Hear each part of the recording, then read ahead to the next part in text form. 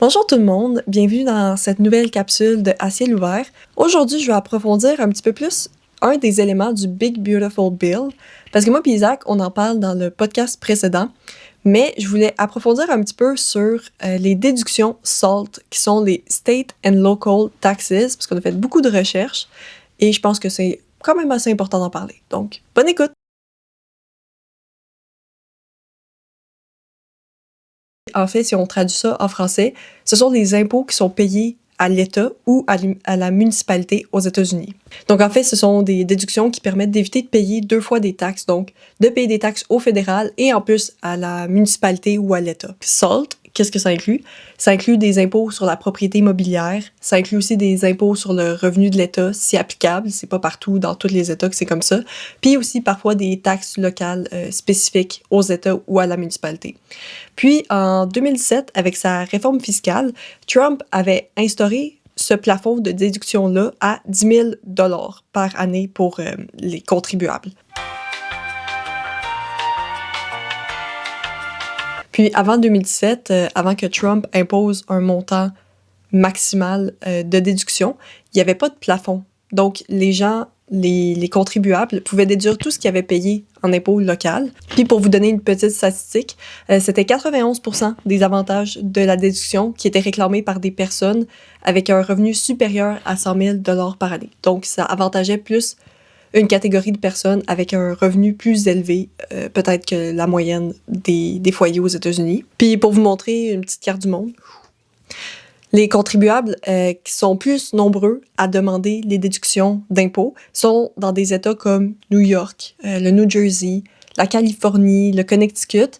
C'est tous des États où les régimes fiscaux sont déjà plus élevés, puis aussi qui fournissent plus de services publics. Donc, ça fait en sorte que leurs impôts locaux à la fin de l'année sont plus élevés que dans d'autres États des États-Unis. Donc, pour revenir au Big Beautiful Bill, si ça passe au Sénat, ce que Trump propose dans ce projet de loi-là, c'est d'augmenter le plafond de déduction à 40 000 $ pour les couples mariés qui gagnent jusqu'à 500 000 $.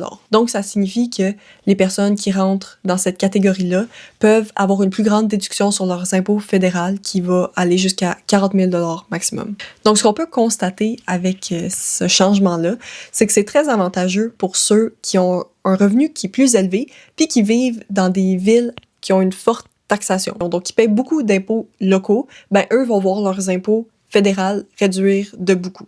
Pour vous donner un petit aperçu de l'impact économique que ça a pour ces personnes-là, d'après le directeur des études économiques au Budget Lab de Yale, si un contribuable vit dans un État où les impôts sont assez élevés puis qui gagne environ entre 200 et 500 000 $ par année, eux, ils estiment que ça augmenterait probablement leur revenu après impôt de 1%. Donc, on peut voir que les personnes qui ont déjà un revenu assez élevé vont beaucoup bénéficier de cette augmentation de déduction. Donc, finalement, on peut voir que c'est un peu une forme de déduction d'impôt pour les plus riches parce que les ménages à revenus moyens, ça ne change pas grand-chose pour eux. Donc, par exemple, un ménage qui paierait 7 000 $ en taxes locales, ben, ils se font rembourser 7 000 $, que le plafond passe à 40 000 $, ça ne change rien pour eux. Ils ne payent déjà pas assez d'impôts locaux pour atteindre le plafond. Une autre conséquence qu'on peut voir à ça, c'est aussi que le gouvernement perd beaucoup d'argent en revenu fiscal. Déjà que le déficit est assez élevé, ben ça fait juste l'aggraver.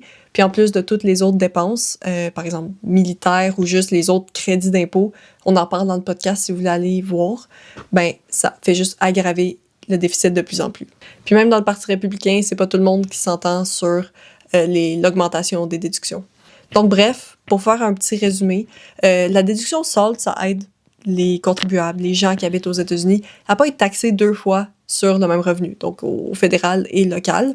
Par contre, si ça augmente à 40 000 $ et que ça passe au Sénat, je pense que le principal point de débat, ça reste son effet inégalitaire parce que c'est vraiment une mesure qui, au final, bénéficie les plus riches et qui, en plus, a des conséquences budgétaires parce que ça fait juste aggraver le déficit des Américains. Merci d'avoir écouté la capsule. J'espère que vous en avez appris un petit peu plus sur le Big Beautiful Bill. Puis on se retrouve bientôt dans un prochain épisode de podcast ou dans une autre capsule. Merci!